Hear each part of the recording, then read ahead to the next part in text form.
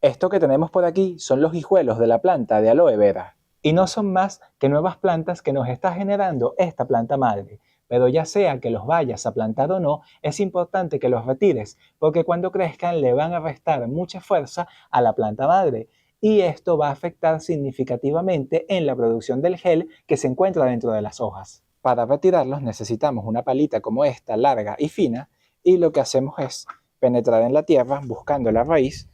Hacemos un poco de palanca con la pala. Podemos también cavar por el lado contrario para irlo aflojando. Y lo vamos jalando. Y listo, ya lo retiramos. Si no tienen la palita, lo pueden hacer con un cuchillo, pero debe ser un cuchillo de untar que no tiene filo y de punta roma para evitar accidentes.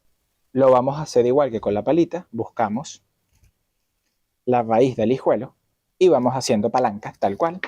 Y voilà, ya lo extrajimos. Es mejor que lo hagan de esta manera porque si lo tratan de jalar directamente con las manos, se les puede partir y les va a quedar la raíz adentro y la idea es sacarlo en su totalidad. Es muy importante que apliquemos este manejo cada vez que salgan nuevos hijuelos y que mantengamos una sola planta de aloe vera por maceta.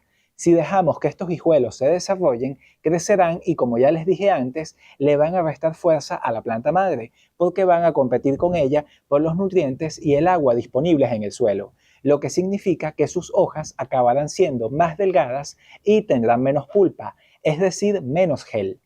Por último, los hijuelos que no vayamos a utilizar para sembrar los podemos picar con la tijera y los colocamos en la misma maceta del aloe para que se descompongan y se conviertan en abono. Gracias por visitarme. Si tienes alguna duda no olvides que puedes dejarme un comentario y si te ha gustado el video, por favor no olvides dejarme tu like. Soy Fran Afonso, este es tu canal Sembrando un País y nos vemos en el siguiente video.